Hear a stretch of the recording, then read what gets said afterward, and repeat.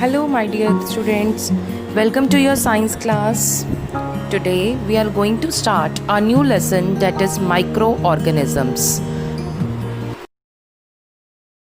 In this lesson, we will cover up the following topics: microorganisms, classification of microorganisms, useful microorganisms, harmful microorganisms, and last is food preservation. So, let's get started. We can see immense variety of plants and animals in the world. So there are large number of living organisms around you. Do you know, beta, that there is a large number of living organisms which are living inside you, inside your body, which cannot be seen with our naked eye. Means they are not visible to us. They are such a small organisms and that can be only seen through microscope. मतलब इतने सारे organisms ऐसे भी हैं, living organisms, जो बहुत small size के हैं और जिनको हम अपनी अनएडेड आईज से डायरेक्टली नहीं देख सकते. So these are called microorganisms और microbes. And the branch of science which deals with the study of microscopic organisms or these microbes are known as microbiology. Microbiology वो branch है science की जिसमें हम microorganisms के बारे में study करते हैं. Now we will see where do microorganisms live.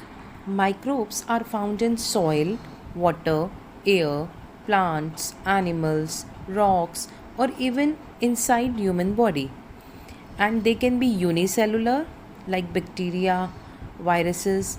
They can be multicellular like algae. Now microorganisms are classified into the following major groups. First is bacteria, fungi, protozoa, algae, and virus. Now we will study each of them in details. So first is bacteria. Bacteria are simplest unicellular living organism. सबसे simple unicellular organism है bacteria, and they are considered the first of the life form existed on the earth. So they are the oldest organism also, and they can be found everywhere. And what happens? They have a hard covering called cyst, which protect them from harsh weather conditions, and they multiply when conditions are favorable, and the bacteria, they come out of the cyst.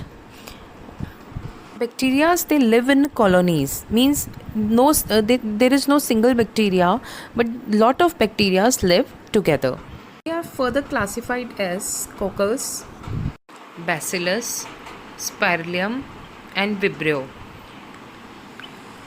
Coccus are spherical in shape, Bacillus are rod-like, Spirillum have spiral shape, and Vibrio is comma-shaped. So depending upon their shape, they are classified. Next type of microorganism is fungi. Have you ever seen a bread? If it is kept in room temperature for couple of days, there is a greenish layer develop on it. What is it? That is fungi. The greenish black bread mold is known as fungi. Okay. So fungi are non-green organisms which cannot make their own food, and fungi are like plants, but they do not contain chlorophyll. Means they cannot make their own food, and they grow best in dark, warm, and moist places.